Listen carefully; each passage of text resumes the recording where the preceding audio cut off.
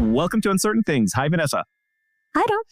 Today we have Christine Rosen back with us. Hello, welcome back. Hi, glad to be here. First of all, we have Vanessa back with us as well. Welcome back to me. And it's my birthday today. And it's your birthday. Happy birthday. Thank you. But the excuse to bring Christine back, last time I think it was trauma. Today it's your book, which you published, I think, last year, called the Extinction of Experience.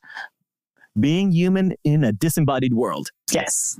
So I am going to start... No, actually, I'm going to save this question for a second. But I want to start with where you start in your book, which is something that really hit home because I thought that was just my quiddity, my pet peeve. But you bring it up, I think, already in the second paragraph. Imagine a world where two friends, you and your friend, are disagreeing about some movie trivia. And then you don't immediately pick up your phones to check up who's right.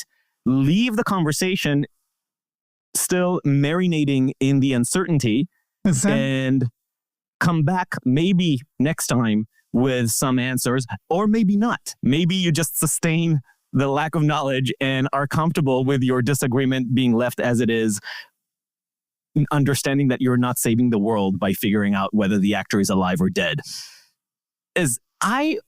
For the past 10 years since smartphones entered my life, and I was a very late adapter by design, I've been ranting about this issue because I immediately noticed the absence of, let's call it the pleasure of ambiguity and the uncertain thing. The extracting yourself from a conversation with continued tension. I miss the tension. I like the tension. I like the not knowing. I like being a little frustrated that there is a chance that your friend is right and you will just not know.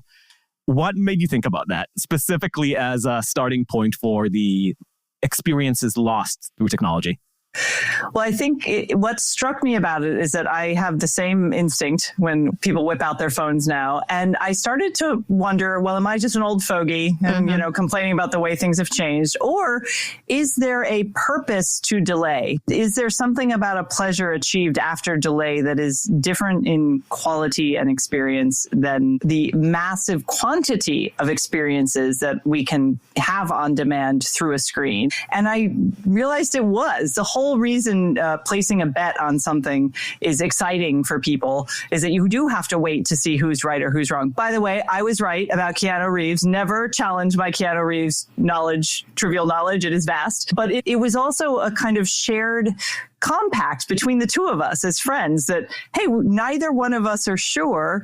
We can live in uncertainty, and part of our friendship is the bond that we have in that recognition. So if he'd whipped out his phone and instantly answered it, I would have been like, yeah, okay, I'm still right, so I win. But the pleasure of the victory would have been very different, I think.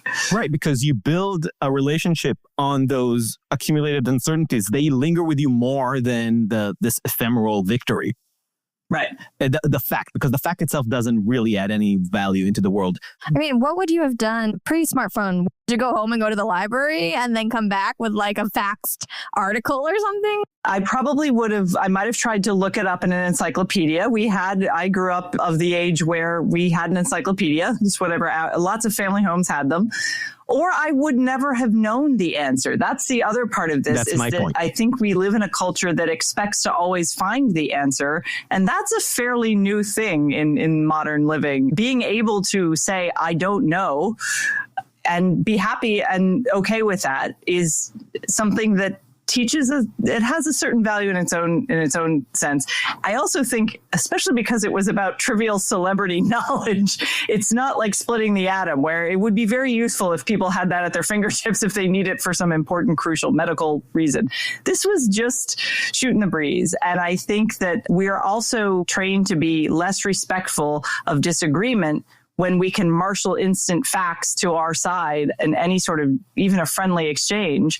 in a way that if you have to sit with uncertainty with someone, regardless of who ends up being right or wrong factually, you've had to consider the other person's claim without instantly being able to batter them with facts about your own side. And that's another thing I see in debate, especially among younger, I teach a lot of college students, and the person who whips out their phone is like, well, the facts say that you're wrong about this, this, and this. They often miss the point of the argument, which isn't about merely the facts. It's about what the facts suggest in a broader sense. Thank you. Vanessa's husband He's the worst at this. Is the epistemic problem that this creates is an illusion about what accumulated knowledge actually is. And accumulated knowledge is not just trivia. And the reason that immersion in a specific topic gives you deeper perspective into it is not because you can marshal out more facts than the other person. It is not a competition about how many goals you scored.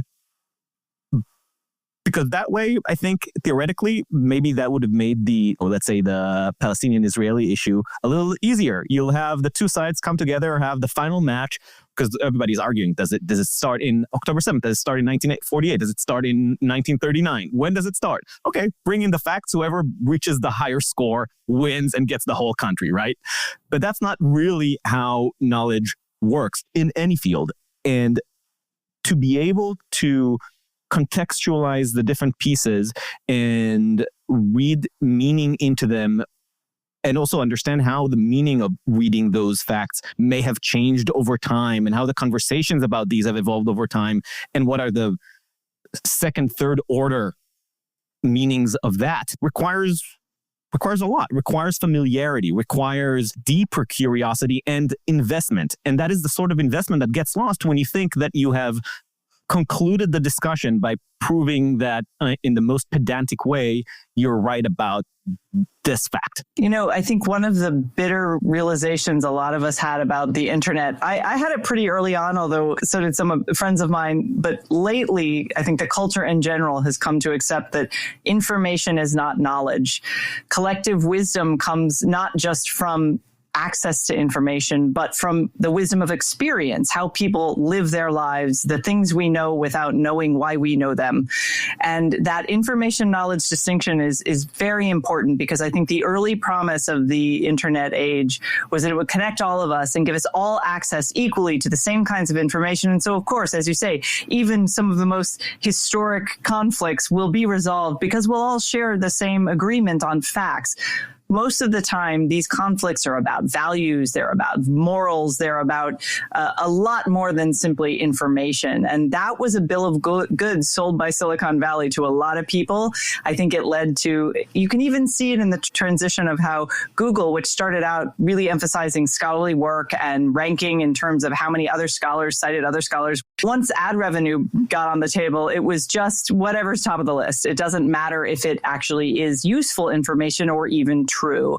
And that was a really quick shift. It's totally understandable in the context of human nature, what we'll seek out and what rewards we want from information.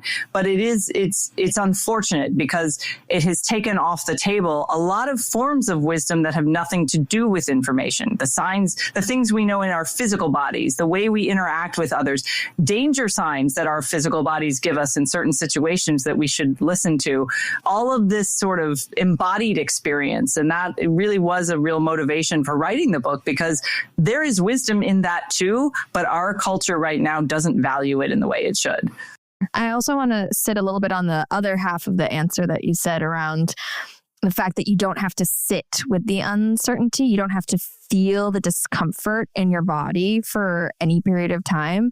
And I want you to expound on that, because I know in the book you delve into why that matters. Because at face value, you could be like, why should we keep discomfort? Like, why shouldn't we eliminate discomfort from our lives if we can? Like, progress. But you make the case that actually there are compelling reasons why living with discomfort is important, and the fact that we're losing it comes with drawbacks.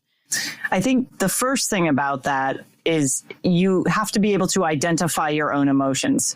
And that's a process that begins in childhood. You feel something, you act on it, and hopefully a loving adult in your life, a parent or caregiver, says, that's not how we do that. Or are you angry or are you frustrated? Those are two very different feelings. Are you anxious or are you fearful? Again, two distinct feelings. And learning first to identify one's own experiences, that requires sitting and experiencing it, not having a caregiver hand you an iPad with a game on it so you're distracted from that feeling. It is not a pleasant feeling, and it is abusive to suggest that everyone should sit in those sorts of feelings all the time without any sort of way of alleviating them. But identifying emotion and then learning how to properly respond, the proper scale, the proper tone of voice, all of these are sort of civilizing activities that I think we can no longer take for granted, because we have as a choice the ability to escape feeling all the time. You don't have to sit and be miserable. You can instantly distract yourself. Even in a split second of 2 minutes waiting for the bus to arrive, you need never be bored. You need never let your mind wander. You need never have to come up with something to think about because there's nothing else to do. So the flip side is that we also lose something there too. I take mass transit a lot. It can be terrible, especially in the summer. Delays and crowds, and it's awful. And you start to really question your love of humanity. However, it also sometimes forces me to look around and see the people around me. I would be ready in an emergency to act. I am hopefully thoughtful of other people's need for space. These are all human skills, and we have to practice them. So I think what the screen has introduced into the lives of many, many people is an escape from that act of practice. That's how we learn to be flourishing human beings, is to sit with a range of emotions, not to always be satisfied, happy, and expect things on demand, but to learn how to be uncomfortable. Well, if you're Tom Friedman, also public transit is your source for foreign affairs. Right. So right. Also very important. I think you said that it's a civilizing thing to exist in discomfort, that are, broadly speaking, this is the whole thesis of your book, that the attempt to alleviate discomfort or to streamline life comes at the expense of the qualities that make us human, the human experience. The point about civilizing, though, I think there is still a scary, I think, about to be tested theory that the new technologies are re-civilizing us. I would, and you would agree, if they are, then it's for the worst, and it is coming at the expense of the sort of humanity that we recognize. But they make the argument, which is a very progressive argument from the sense of reimagining humanity, but they are making the argument, wittingly or not, that by optimizing the products, the machines that we are mediating our lives through, we will ultimately emerge as both more efficient, less pained, and still thriving species.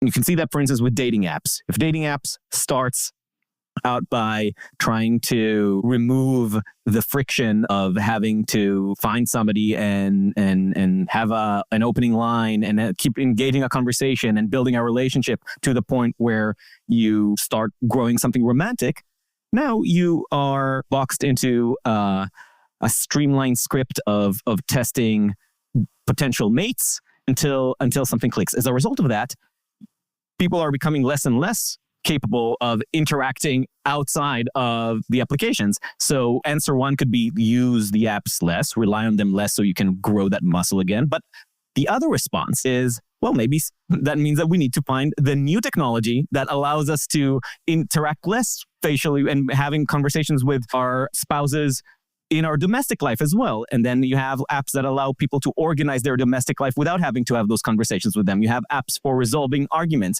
But now that AI is entering, AI can be used as a marital counsel, right?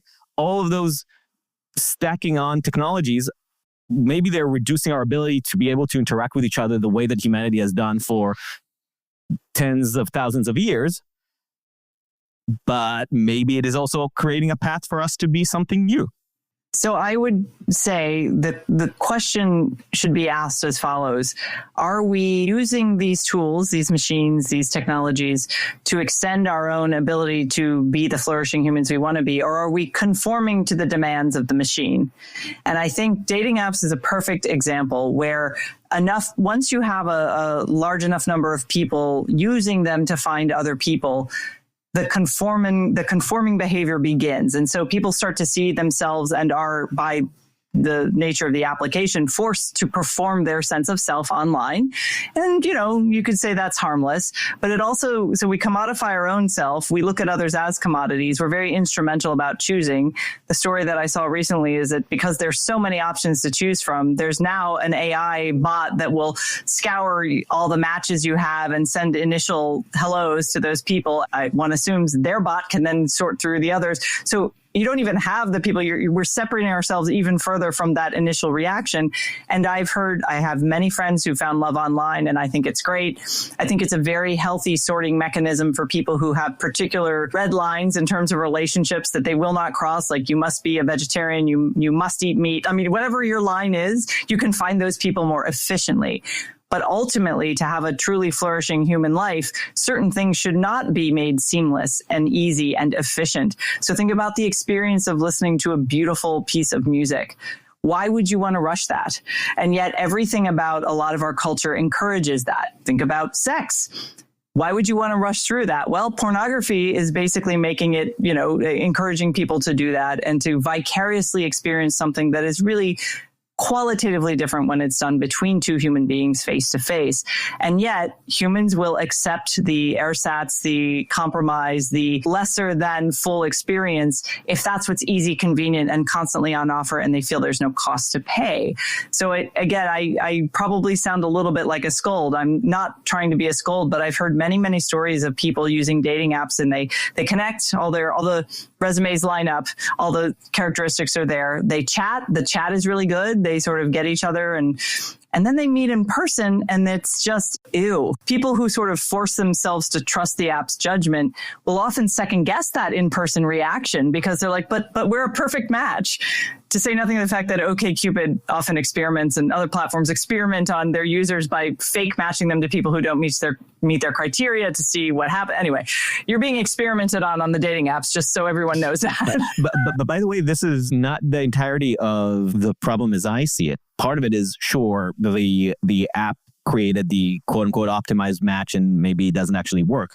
The worst part of it is if you are growing into a society that teaches you that you basically speed run through every stage of life, and you think that you've already accomplished the match stage, and immediately you have a bad reaction, then the answer isn't, okay, I'm going to spend time with it and figure out exactly what I feel. Your instinct is, okay, if it doesn't work next, because you have endless supply, the entire universe available to you to swipe around. So the idea that you are supposed to immediately recognize yes or no, okay, the app stage cleared, app says this is a match, personal date doesn't work, next.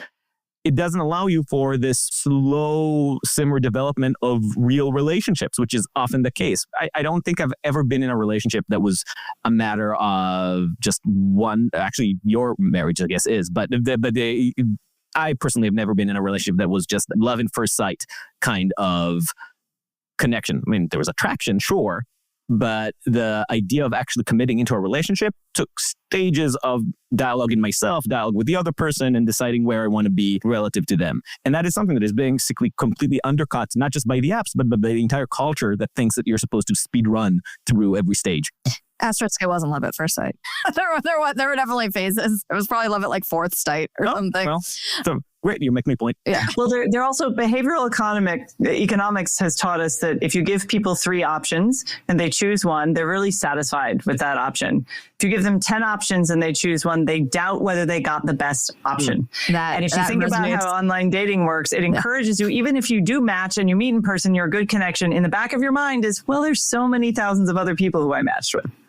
The other thing that I think is very pernicious about the ways that technologies are influencing our experience of humanity isn't just that you, like, for example, meet someone through an app, but that when you are in physical proximity with other humans, like, our behaviors are being infected by the presence of the smartphone. Like, how often do you, like, there's a boring moment in the dinner, or there's like, they're talking about something I'm not super interested in, just like swipey, and you're like, you disengage, and the phone just kind of like sucks you in with its like empty calories interactions. And then it's like, it even lessens your ability to, even when you're around other people, to enjoy the other people. Yeah, and it's not just when you're bored, right? Sometimes it's just the habit. This is literally a pause between two words. Sometimes it's even worse than that. Sometimes it's literally, we're in a conversation. I said what I had to say. Now you're responding. So while you're responding, I'm also going to half check my emails, right? So it's interesting because techno-positivists will say, well, those are just new norms. We're adjusting to this new norm where, now people accept that while they're talking to you, they can also be on the screen. And we're going to devise glasses that allow people's alerts to come up on the screen so you won't even know they're looking at it. To that, I say no, because there are some basic rules of human interaction. And, I went back and looked at some of the great sociologists of the 20th century, Irving Goffman in particular, who looked at behavior in public spaces, and he described it as a dance.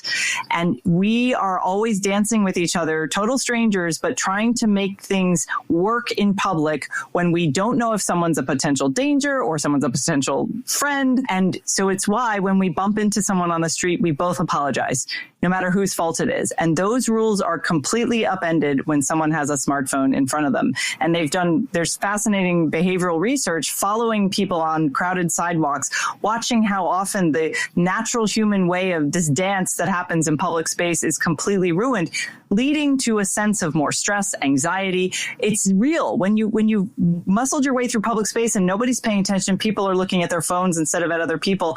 That's why when you retreat from that space, you have a different experience than when you've interacted face to face. We are meant to acknowledge each other in these subtle, unspoken ways. And when we cease doing that, we become more hostile and distrustful, and I think a lot more anxious. And again, my economics friends would scold me. They'd say, well, that's not something you can quantify. But it's a qualitative experience that behavioral researchers have been really starting to do some fascinating research tracking. There's one German study that they talked about how someone staring at a screen when you're trying to connect with them, it's like they're looking through air. You feel like you're not even there. You're not acknowledging another person's humanity. And that's not a positive, progressive development that we should be praising as a new norm. I love that. I always think about that blank stare that you have when people are around you, but looking through air is exactly it. You feel that the person is no longer with you in the room. Sure, it is demeaning for you, but it's also depressing on realizing that you're incredibly alone in that situation, that it's not just about you not being acknowledged. It's about there's no longer value in this communication because there's no back and forth or there's no dance. Yeah. And you make the point. I mean, I have a newborn, so I'm thinking a lot about my face. Like every time he looks at my face, he gets this big smile. And you make the point in the book that it's like, this is super fundamental to human interaction. We have to read each other's faces. And I think about how many conversations I have where people are like not really making eye contact anymore. We're losing something that it has been innate to the way that humans communicate. And you make the point that it's potentially leading to more hostility. It's hard to lay it all at technology's feet, but the thing that really stood out to me was the increase in road rage, for example, these horrible cases of road rage because people can't handle these interactions anymore. We're not very good at hanging out with each other anymore and dealing with the awkwardness and frictions. Well, these are habits we have to practice. And I think what's interesting about the phone is that the people who are devising these platforms know a lot about human behavior and human nature. So when you're attracted to your phone instead of the person who's right in front of you, you're connecting to something that you already know is your community. And even though it's through a screen, that's a real bond. It's a real feeling of connection. And you're constantly choosing that because it's designed to make you choose it over the person.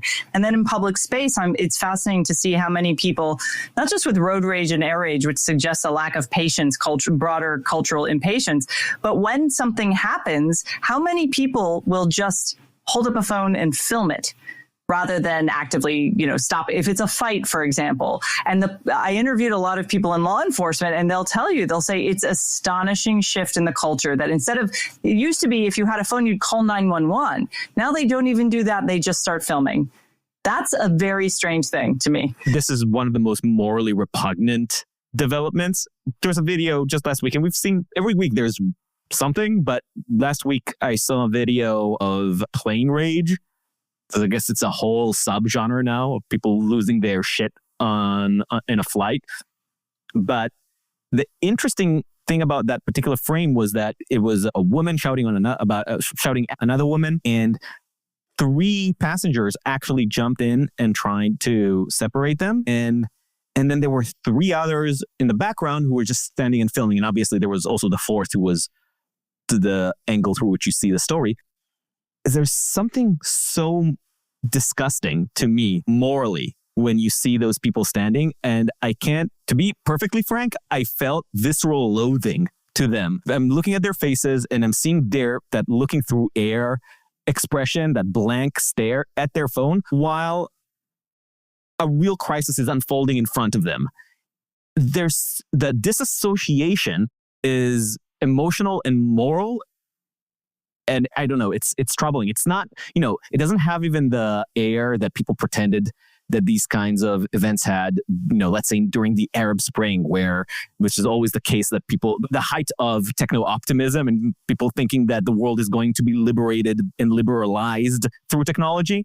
Back then, whenever people held their phones and uploaded live streams to Facebook at the time, it felt like it was part of the revolution. It was part of the liberalizing of tyrannies. And yeah, that was social activism. That was citizen journalism. That's not citizen journalism. This is a person who... This is voyeurism. It's voyeurism. Exactly. And again, we got to this stage through many earlier stages of being habituated to become voyeurs at a very small scale. So you think about like unboxing videos or watching videos of people doing things in real life, which have become a vast form of entertainment for people.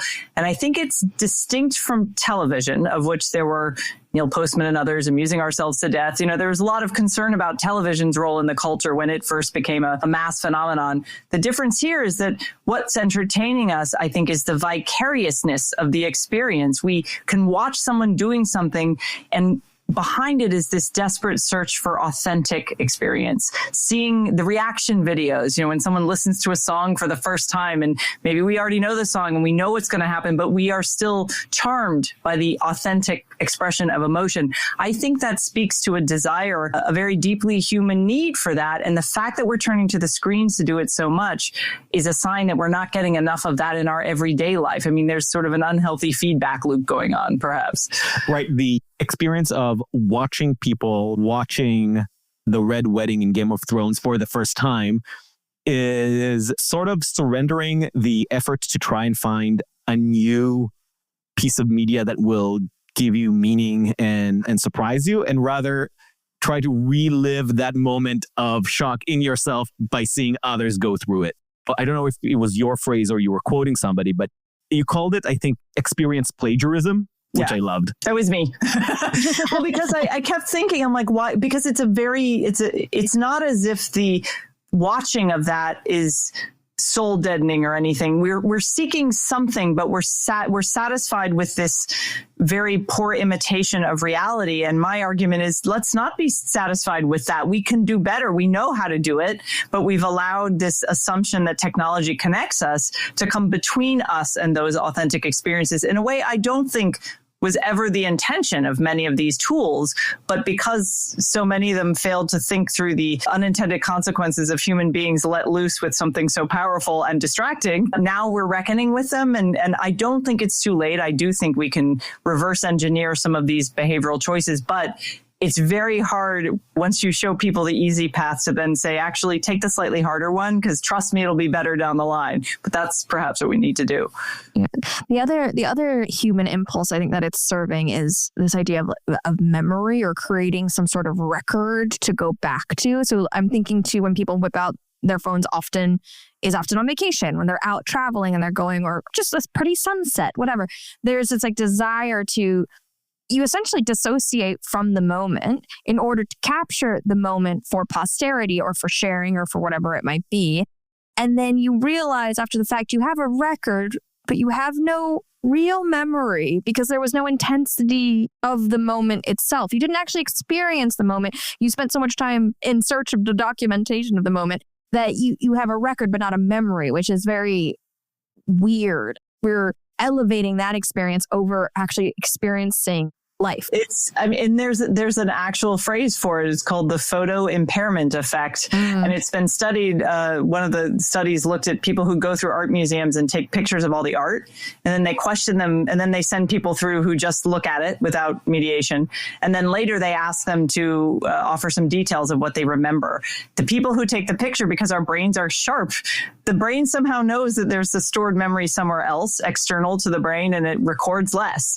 The people who didn't take that picture remember more. And when you talk particularly to people who do any sort of live performance art, singers, comedians, anyone who has to keep an audience's attention, they will tell you that the difference between an audience that's been forced to put its phones away and an audience that has the phone out filming is really different for them too, because it's a signal. Even though the people are trying to capture, as you say, I'm going to capture this concert and I'll never forget it. Very few people tend to go back and even look at their old photos or their old video. They either use it to show other people, to perform the experience for others and get feedback from it, positive feedback ideally, or they think it's going to help them remember. And in either case, it transforms the experience for everyone. I never take phones to concerts, but my experience of the concert is going to be transformed if everyone else around me has one. So I love the artists who are like, no, you can't have it. You put the phone away if you come to my concert. I think that should be the expectation now. That should be the rule. And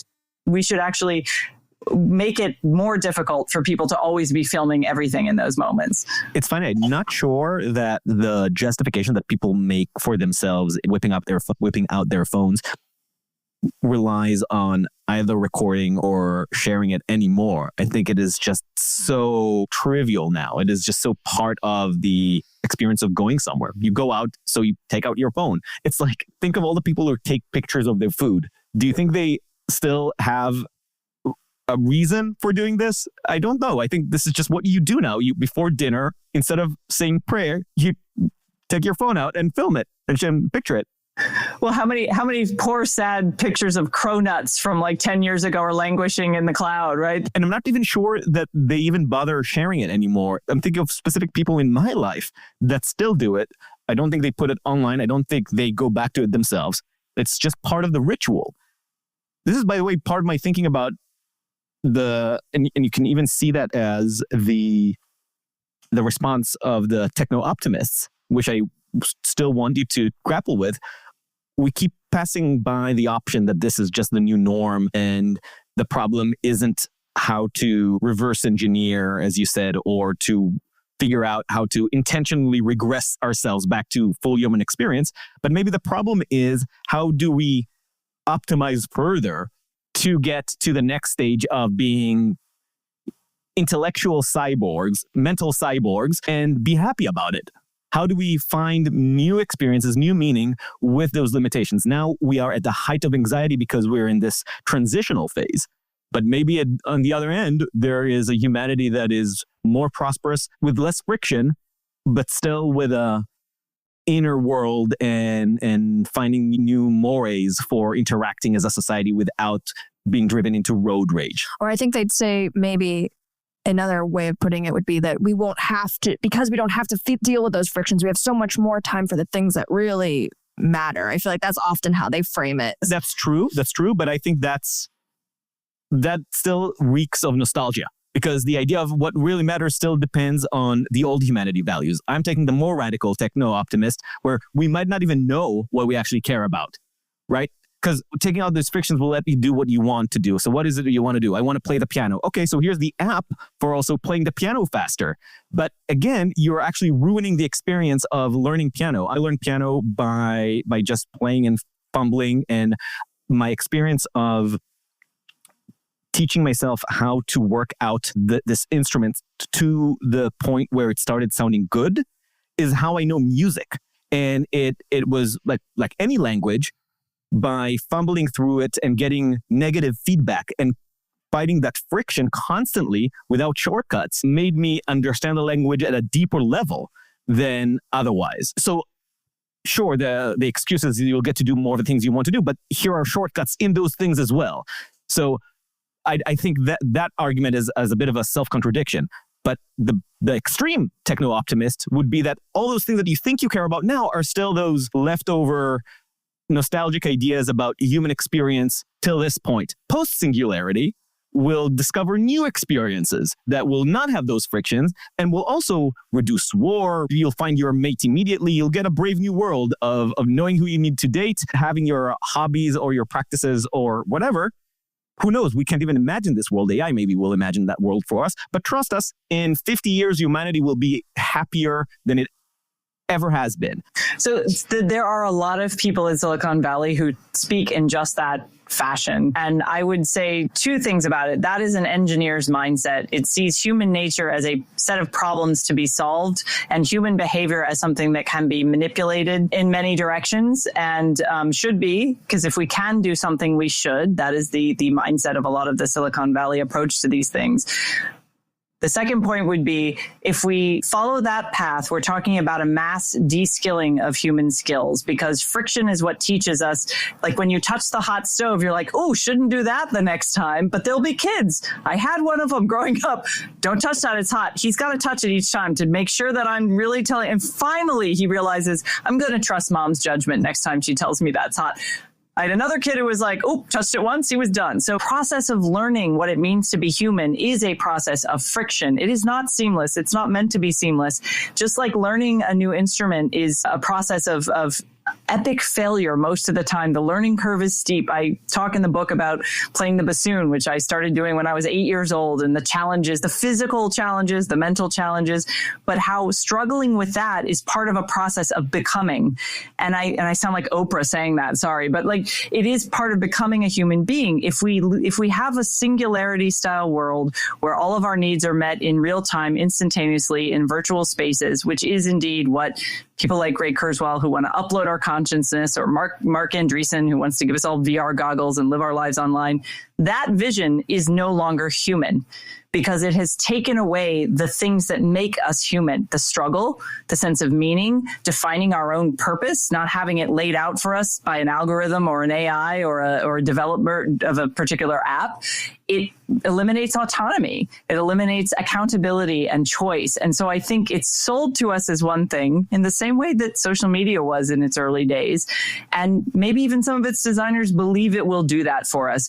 But when I start thinking about the things that make us human, it's the quirks. It's the very things that an engineer in Silicon Valley wants to make seamless or make disappear, because in the same way that I think they approach democracy and all of its messiness, its deal making, its horse trading, its, inefficiencies, they look at that and say, what a mess, we can do this our way is better. No, our founders knew, in the same way that I think a lot of people coming out of an Enlightenment or humanities background know, that's actually the good stuff. That's what allows us to understand each other and live together in the same space, even if we don't agree, even if we have very different views about things. It also seems like, from the Silicon Valley mindset or the engineer's mindset, it's like a fundamental rejection of the human body, of the constraints that the human body place on us, and this desire to kind of sublimate, and so that we are just virtual creatures living in a virtual world and we don't actually have to interact. I'm just coming out of an experience that was incredibly embodied.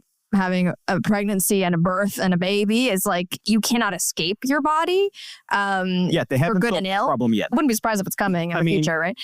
New world, that's the artificial womb technology is being designed as we speak. So, we'll see. Yeah, and it is frustrating and it's hard and it's messy. There's like a distaste for the human body, and there's this desire that we're going to just live forever in the virtual realm.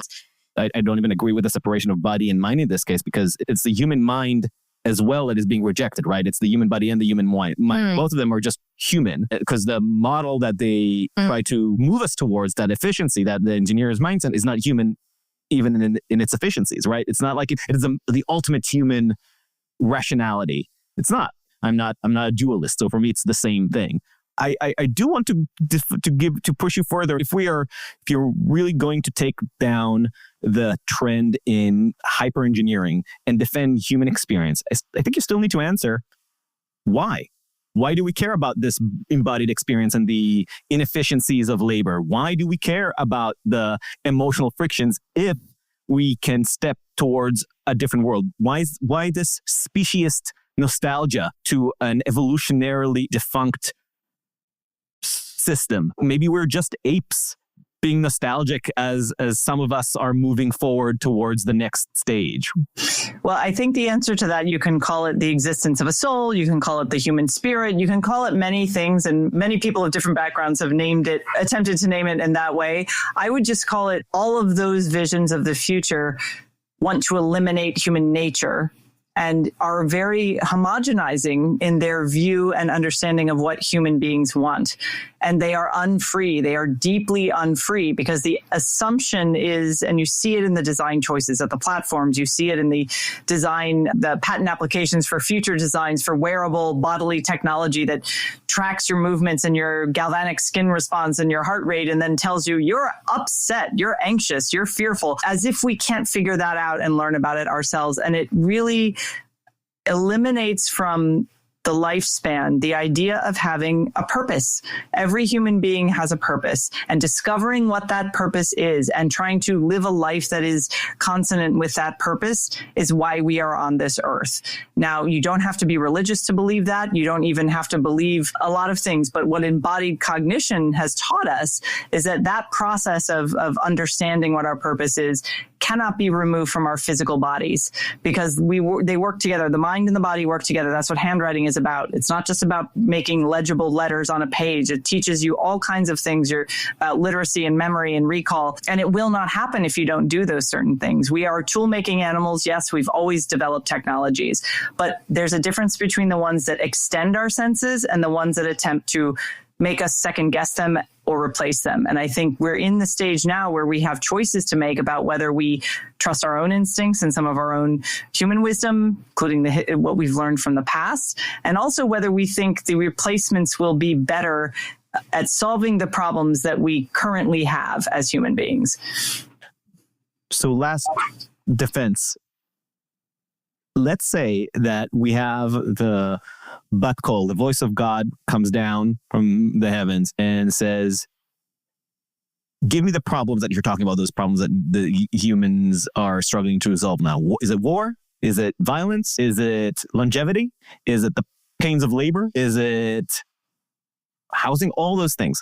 Give me a list of the top 50 problems of humanity, and I'll guarantee that the post-humanist world has that solved, right? Maybe there will be new cyborg problems that we don't anticipate, but all those problems of the human stage are resolved.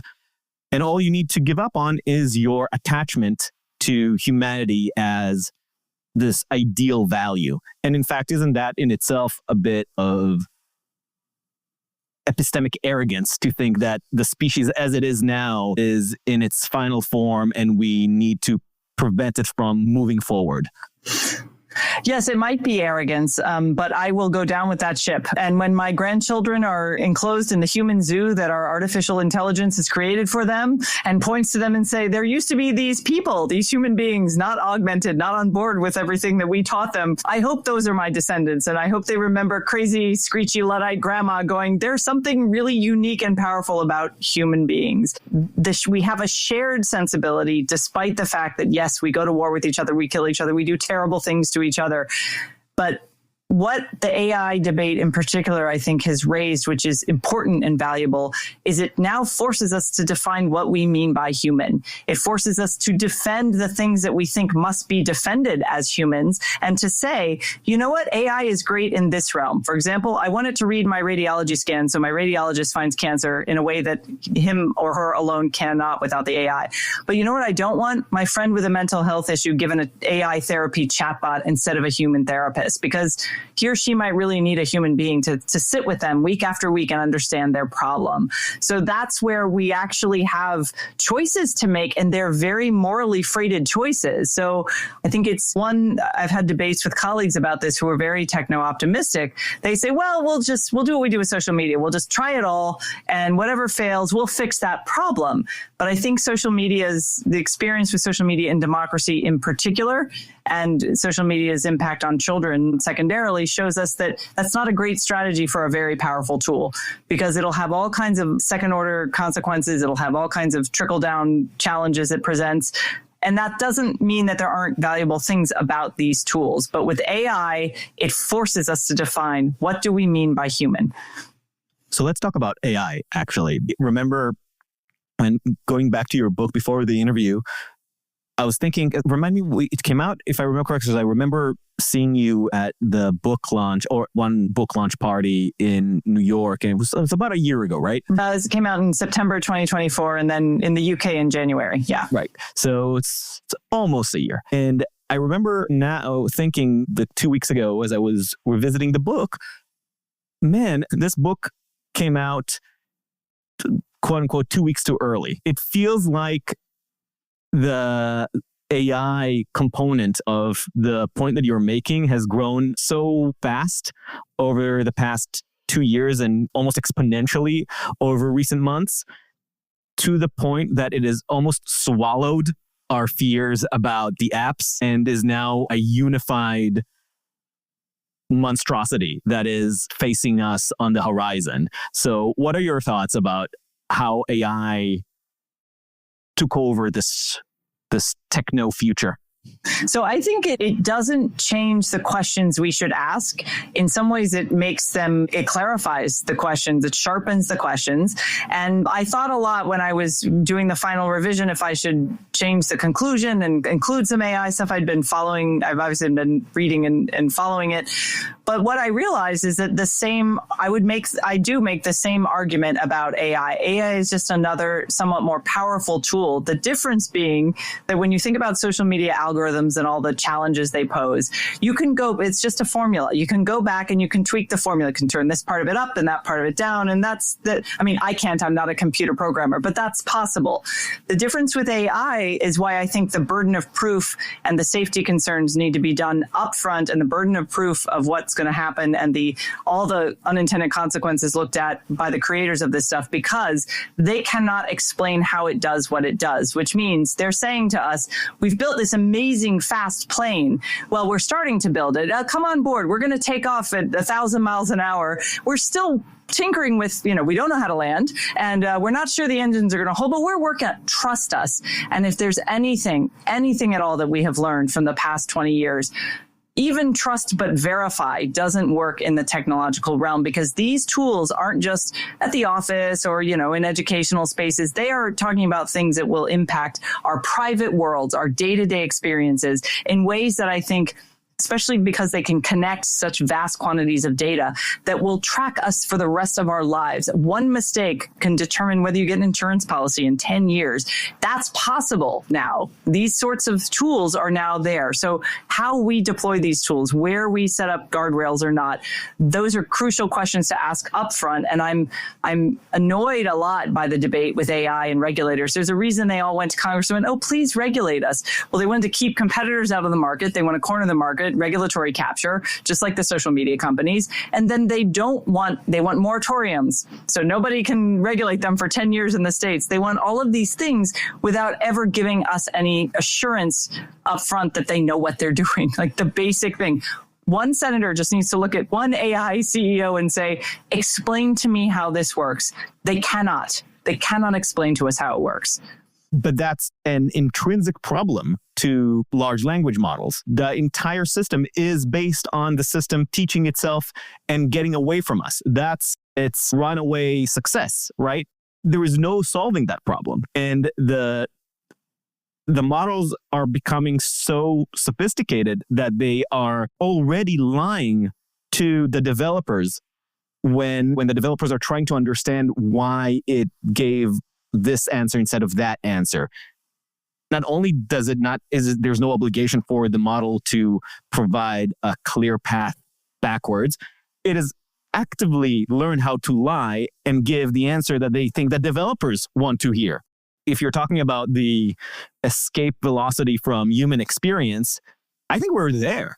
There's no restraining a system that at this stage, which by all accounts is a very early stage, or by all assumptions, there is a chance that it's going to hit a brick wall that we're not anticipating. But if it's going to keep growing at the current rate, we have no idea of imagining how it's going to solve its problems in the future. And it's already being deployed all around us in almost everything we're using.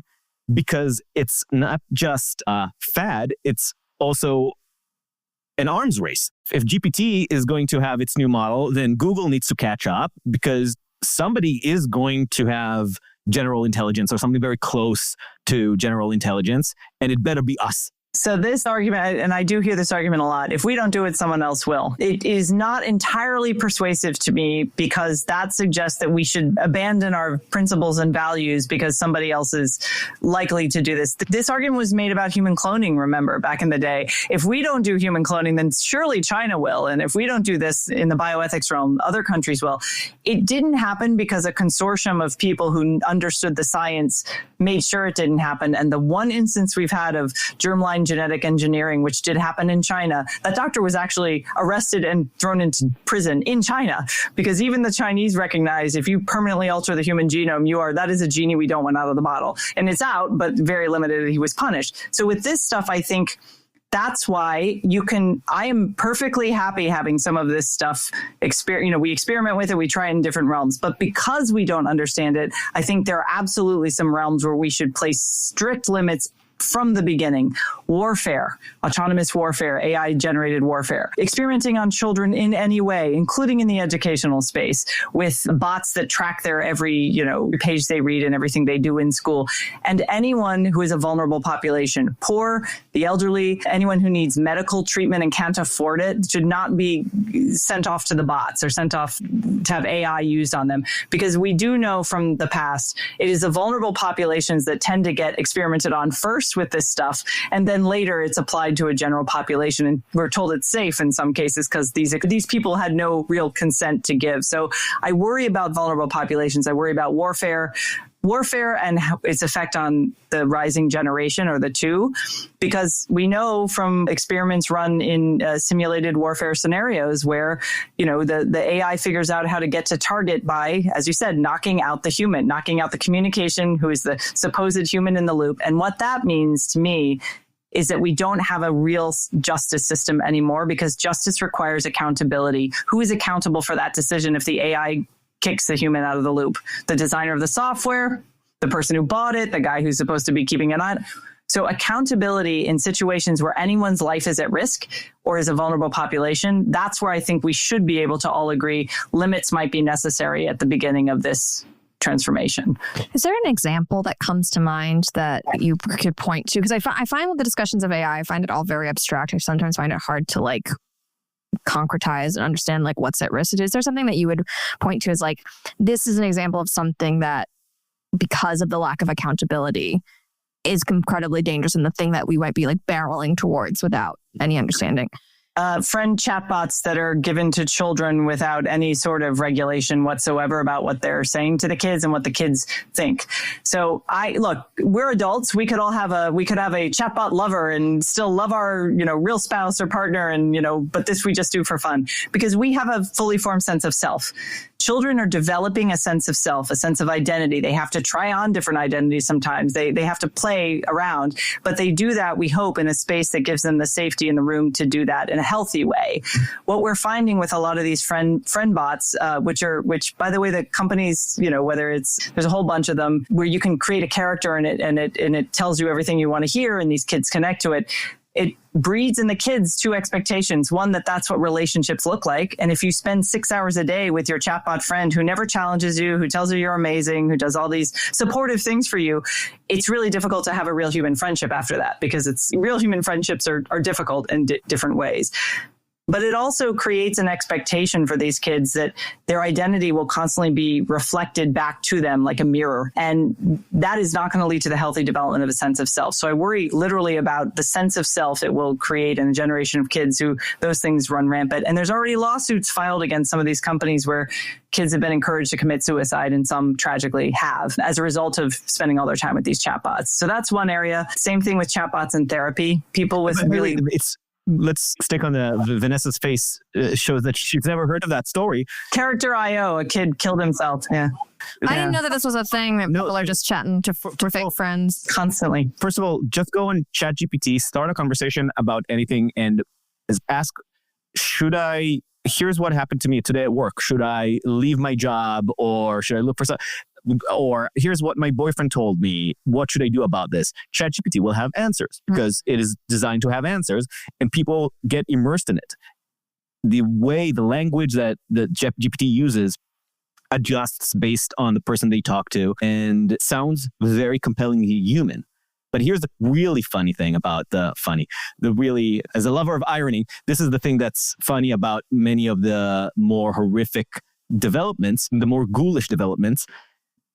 It's usually, right now at least, the result of the sycophancy of those chatbots. Sycophancy problem, yeah. It's not that the chatbot is driven by nihilistic antinatalist view and tells you to go kill yourself because life is misery.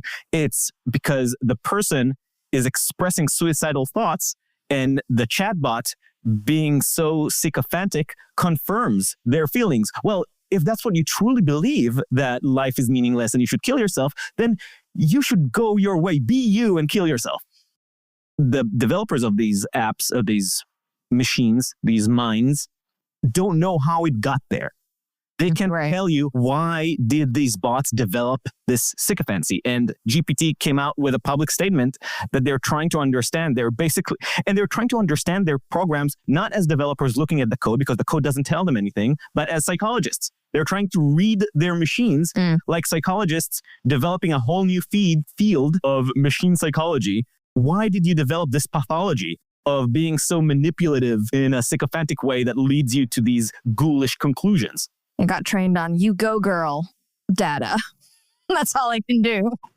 I mean, you laugh, but I think so this is the other problem with a lot of these tools.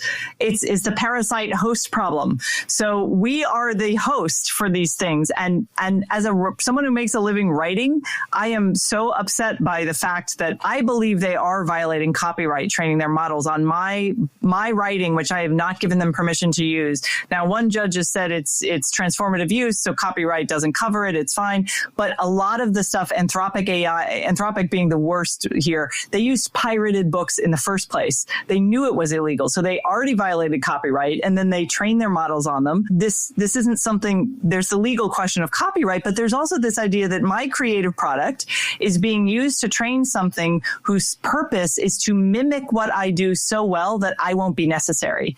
And if you talk to anyone, I took a gander at some of the things that Mark Andreessen's company was investing in the creative space, and every single thing they're investing in, particularly in filmmaking, is to replace the human creative person, whether it's production, whether it's actual video, whether it's actors.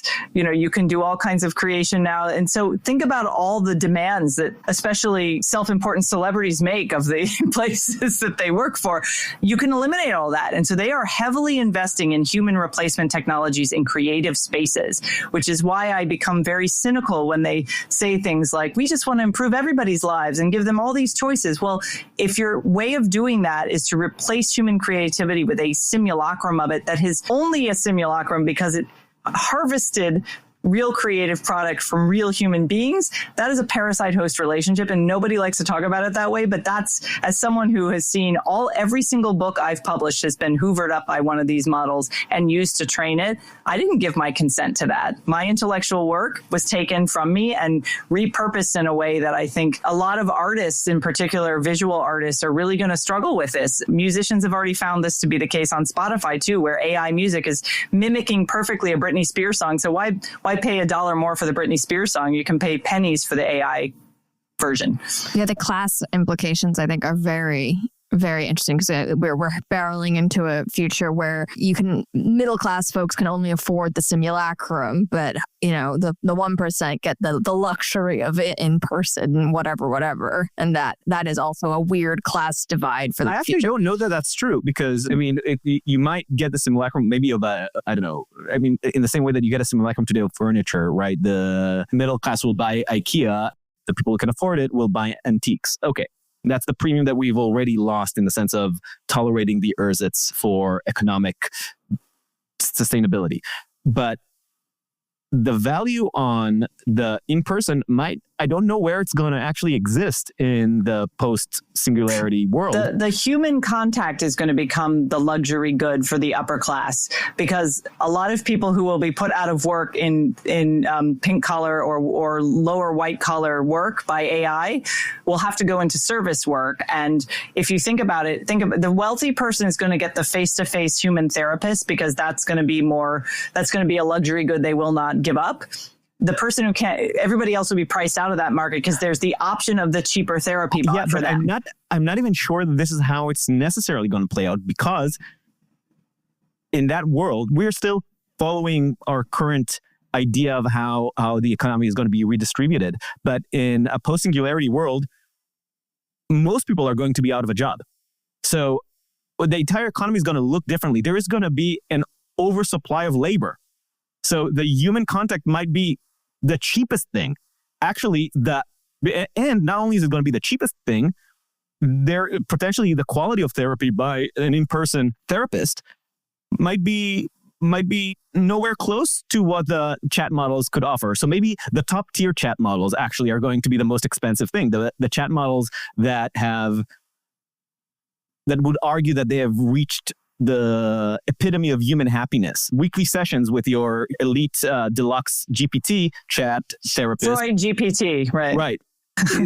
That's really the top tier that you pay $10,000 a month for access. And as humans, we still need to work either the older model or start retraining ourselves as people to sell our job, to offer a therapy session for $20, because nobody needs the human contact.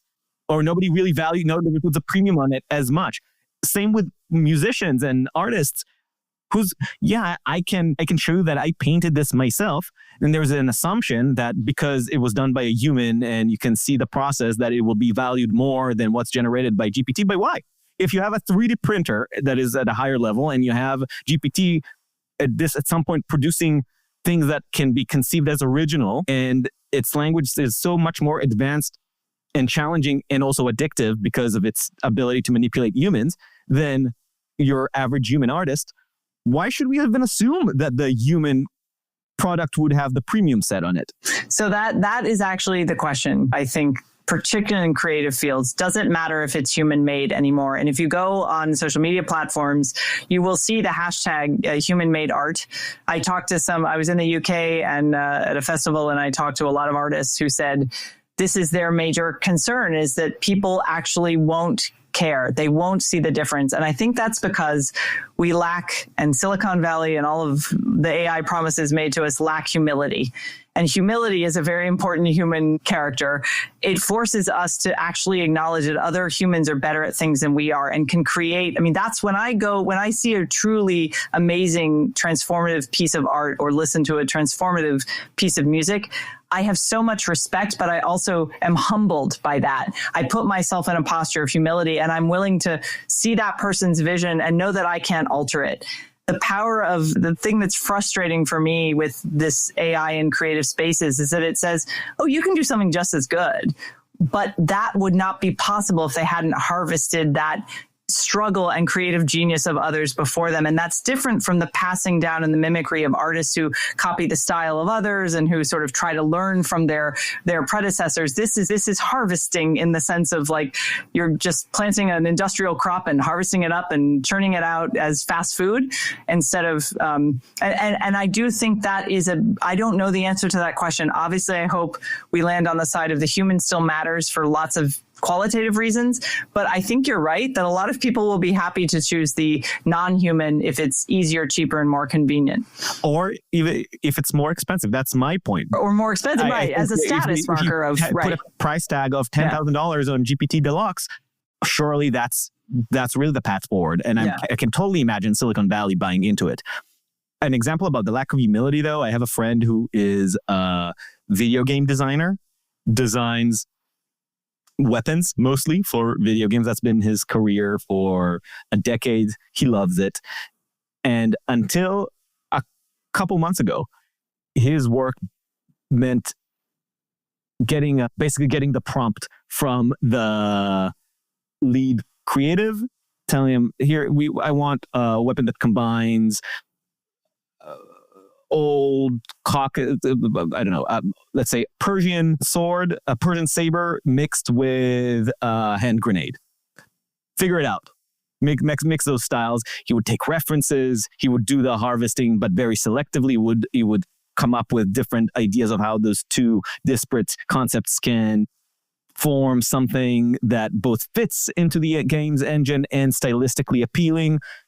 We'll have a long back and offer to his lead, and then it will be a normal back and forth of creative process. Now the lead, and that's a change that happened over the past couple of months. The lead sends the prompt directly to GPT, because why use a middleman when you can just get your own initial ideas? Go scan through the 10 suggestions that GPT would offer him, send the best one to my friend, and tell him, now just model it in 3D. Make this make sense in 3D. That's it. Which means that now we're just missing one skill that GPT doesn't have, which is to take the image that it generated and then reinterpret it as a fully fleshed out 3D model. Once this is done, my friend is out of a job. Forget about creative fulfillment, right? This is going to be completely obsolete. And this is exactly the humility that you're talking about. It is the humility, and ties us back into the start of the conversation. It is the lack of humility that the friction, the back and forth with a different person actually creates something more meaningful, more valuable. But if most people buy into that idea that there is no added value in the friction, and the only reason that you think there is added value in the friction is because you have this sentimental attachment to humanity as a species, then why not accept progress? And now, instead of waxing poetic about the meaning of being human and the human experience, maybe what we should be focused on is, as maybe many techies would say, rethinking what a post-labor economy looks like. And just assume that within the next century, humanity is going to be obsolete. So now we need to think about how to survive materially as a species rather than survive culturally and spiritually. Well, so I think that economic and labor question is crucial, and people are already talking about that. And I'm afraid that our experiments in universal basic income do not bode well for that as a solution, because again, human nature, work isn't just to earn a living for lots of people. It also gives them a sense of purpose to do that's why I get out of bed in the morning. And that's even true for people who don't actually love their jobs or feel that they're tedious in any way. But I wonder if this distinction is also missing something else. And we've seen this in the history of robotics, where you reach an uncanny valley, right? You create a robot that's so human-like that it freaks people out, because there's something, again, this speaks to our embodied connection to our minds. Our minds go, I don't know why, but I feel creeped out.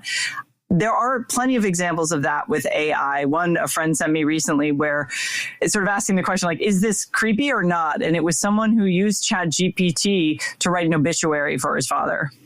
Now, yeah, you both reacted the way I did, which is like, and it wasn't just as a prompt to encourage him because he's not a writer. It was writing the whole obituary. In the same way that I think people are a little creeped out by some of these after-death chatbots you can now buy, where they'll scan your dead loved one's email and text messages and video, and they'll create an avatar that is as if that person is still alive and talking to you. Because what that means is you're never going to truly grieve them because they're never truly gone. Now, some people might say, that's great. I want that. I want my dead relative or friend in my life forever.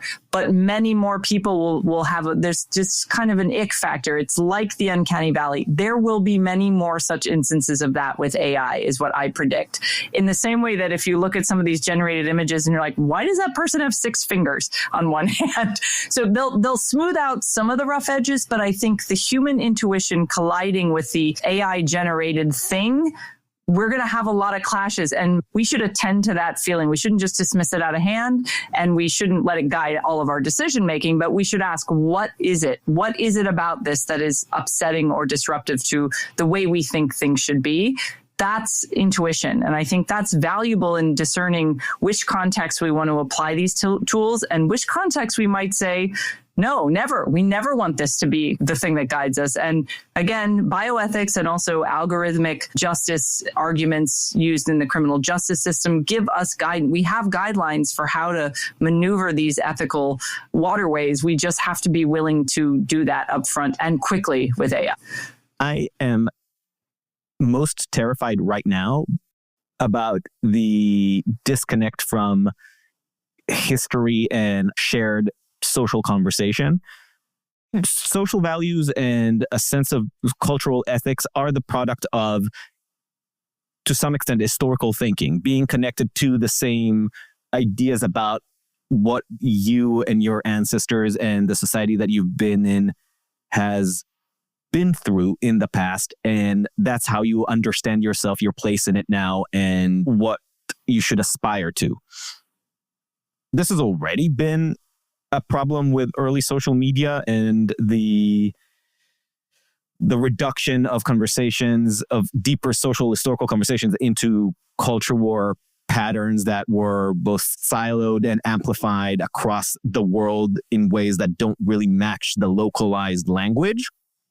And that's been a problem that we've discussed a lot on the podcast. But now, not only are you taking localized conversations of cultures, globalizing them and turning them into abstract silos of cultural war that find amplification and satisfaction in their own support system. Now you're also introducing AI hallucinations into the mix. AI, and not just AI hallucinations. There was something that always troubled me about the phrase hallucinations, because it assumes lack of intentionality. And since we don't actually know how those models think, maybe some of those hallucinations are intentional. Maybe some of those distortions are intentional because the goals that they are trying to fulfill aren't what we understand, and certainly not the literal prompt request that we've inserted. When your entire information system, your schools, your search engines, your social media, your newspapers, everything relies at some point on AI information. You get into an argument on Twitter and somebody's going to jump in, "Hey, Grok, is this true?" Or just ask GPT whether Israel was the first to attack in Iran. And as mistakes are being inserted, or either mistakes or intentional distortions are being inserted into the mix of AI, whether it's because the information that AI was swept on is incomplete or because it is introducing its own biases, either way, those gain the authoritative place in the conversation because, well, the robots say this is what happened. And even if you are critical enough to understand that the answer that you get from GPT is not authoritative, and even if you have enough familiarity with the field to be able to recognize two mistakes, two errors, you might still miss another one, a small one, a subtle one, the sixth finger that he didn't quite see at first, but now it's in your head. And now it's not just in your head, it's in the bloodstream of the public conversation. And very quickly, especially now that we also have video generation and image generation, very quickly, we're going to lose sense of history as a true narrative that, forget about the question of truth, as a single narrative that unifies our understanding of where society came from and where we're going. And it's going to be AI-generated phantasmagoria. I'm glad you brought up history because we are storytelling creatures. It's how we understand ourselves. And I think what softened the ground in a bad way with social media is the expectation of always living in the current moment, always living in the now. There is no, if you look at even the design choices of how the early social media companies changed feeds, it used to be chronological. It used to be RevChron, right? Reverse chronology. And you'd see the most recent thing, but you could go scroll down and see the recent past of the last 10 minutes. That disappeared a little while ago. And so now everything is without a context, as you say, and everything is immediately now. And that means people not only fall easily for fake news, fake videos or whatnot, but that they'll see something from 5 years ago that happened somewhere else, but because it's marked as being in a current conflict, immediately think that it's true. And I'm actually finishing a piece right now about how technology is changing our sense of the past, not just because we don't have that sense of chronology, and history isn't even taught anymore as a story over time. It's taught in thematic ways that also undermines a sense of chronology and what came before and what comes next, but also that we mistrust of any archive, the disappearance of archives, both as digital bit rot because they disappear if they're digitized, and also because you can alter memories now in a way that can be then turned into artifacts that are difficult to discern their truthfulness. Right. He always had 6 fingers. Right. Well, right. So if you think about it, I think about the commissar vanishes, right? In the 20th century, you could just, totalitarian societies would erase people from photographs in a very heavy-handed way to say you don't exist any longer.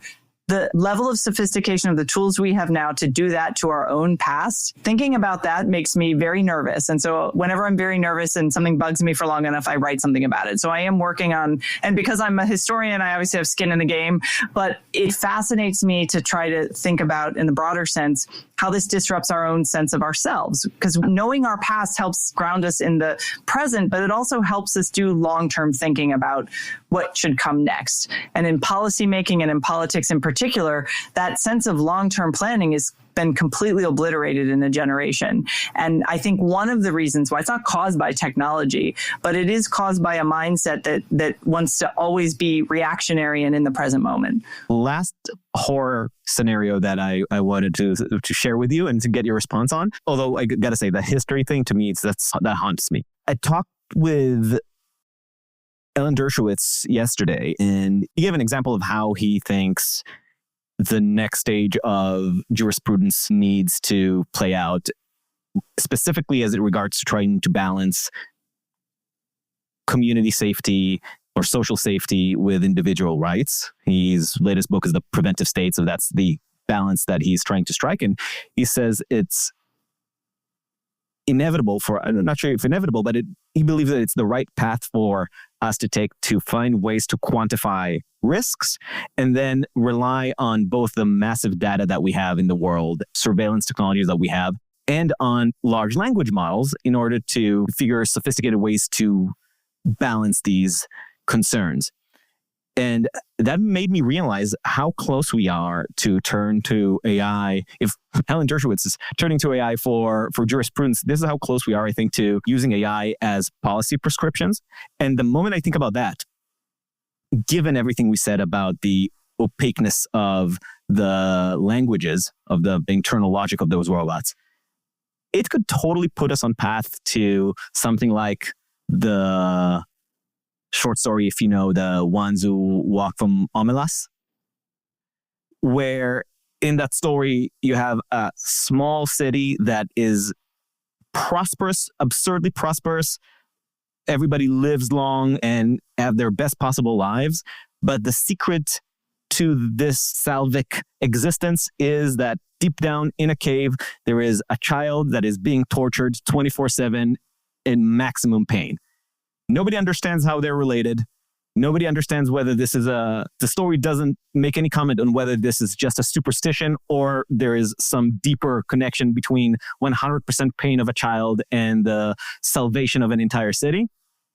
But nobody dares to ask these questions in the city and to try to disrupt it. That is AI logic, where you ask, how do I reduce crime? And AI can reach the conclusion that you need to refrain from walking on the right side of the streets on Tuesdays. And you don't understand why, but you start doing it and it starts having positive effect because AI thinks differently than us and reaches potentially bigger statistical conclusions than we can understand. Bigger statistical causal conclusions than we understand.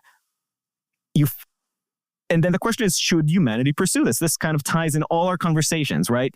This is removing the human component, the human, you called it, not responsibility, human... Practice? No, human accountability. You take out human accountability from jurisprudence and policymaking because this is no longer a policymaker that tells you, here's why we're going to have this law in a clear causal justification, but rather, we all agree that we want to reduce crime by 30%, and AI says that in order to do so, maybe it doesn't mean that we need to put a baby in a cave and torture them, but we do need to do some weird things like jumping on one leg every Tuesday across the street on the left side, right?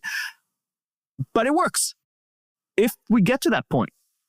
What's the problem? I think, well, first of all, you're right that I could certainly imagine a very technocratic approach to policy making. And this would be bipartisan because there are forces on the left and the right that would see this as the nirvana they seek to control. Which is mainly not doing any work themselves. Right, exactly, right. So, but I would posit another story as a more likely cautionary tale, because we're already halfway along this path with smartphones and apps, and I think AI will only accelerate it. And that's E.M. Forster's The Machine Stops. It's from early 20th century story. And it starts midway through people living in this perfect machine where everything is delivered to them. It all works seamlessly. It's basically, I mean, as you recall, when Mark Zuckerberg first created the metaverse, he forgot to give everybody legs, speaking to the issue of how the body doesn't really matter to these people because they have overcome it, freaked out the rest of us normies who are like, why are there no legs in the metaverse? But the machine, it's kind of a perfect iteration of a virtual existence, but in physical space, everything on demand, everything's very controlled, and people are happy there. But then the machine stops, and it's been so many generations since they made the decisions technically about how to create this machine, why everybody lives there, that there is no memory of where they came from. So history has been kind of erased, not in a totalitarian sense, but just by forgetting. And everything's always the way it should be. But when it breaks, how do we fix it? And I think that gets to, particularly in the West, where there's a lot of ease and convenience and wealth, but really not healthy concentrations of power. The anxiety that comes up in that story is that there's obviously some authority governing everything, but it's so opaque, people don't even know quite what to call it. And there's a sort of rebellious young man who decides to go out in the world, and there's a lot of fear.